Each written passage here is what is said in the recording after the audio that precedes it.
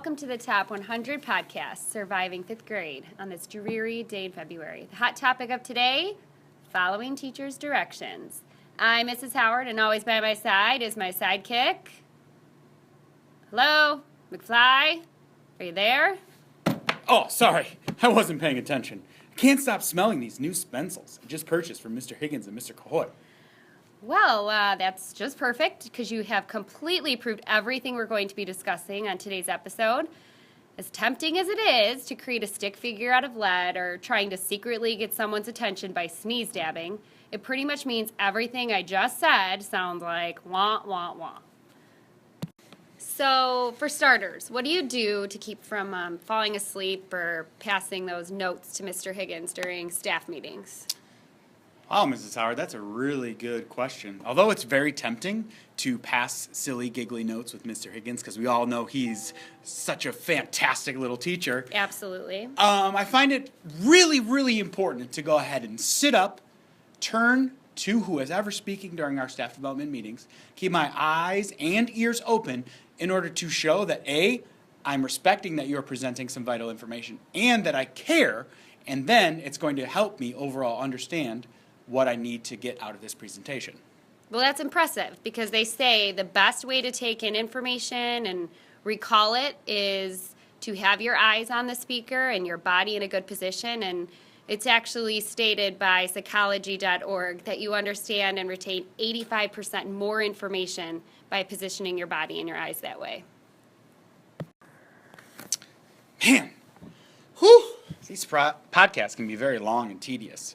I really wish PTA would provide us with some delicious treats, cookies, cakes, so I could have the energy to continue.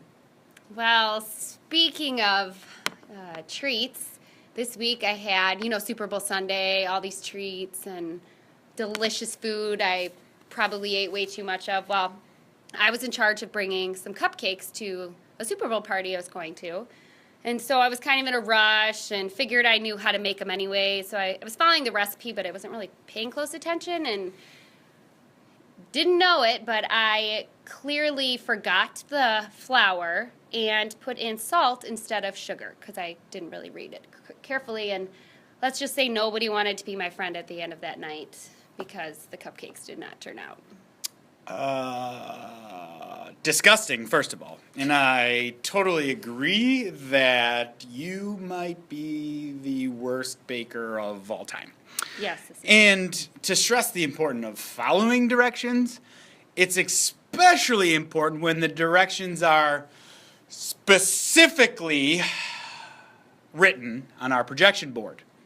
A recent survey, all the teachers in Collins were surveyed, and the results found out that 93% of students who followed the written directions were more likely to receive A's on their assignments than students who did not focus and chose to do their own thing and not pay attention.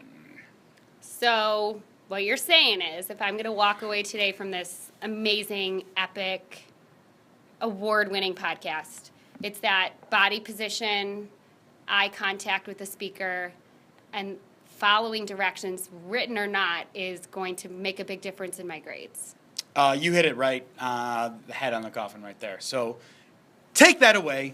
Hope you tune in next time where Mrs. Howard and myself will be discussing the amazing, the interesting, the absolutely 100% important topic of applying deodorant on days we have PE. Tune in next time.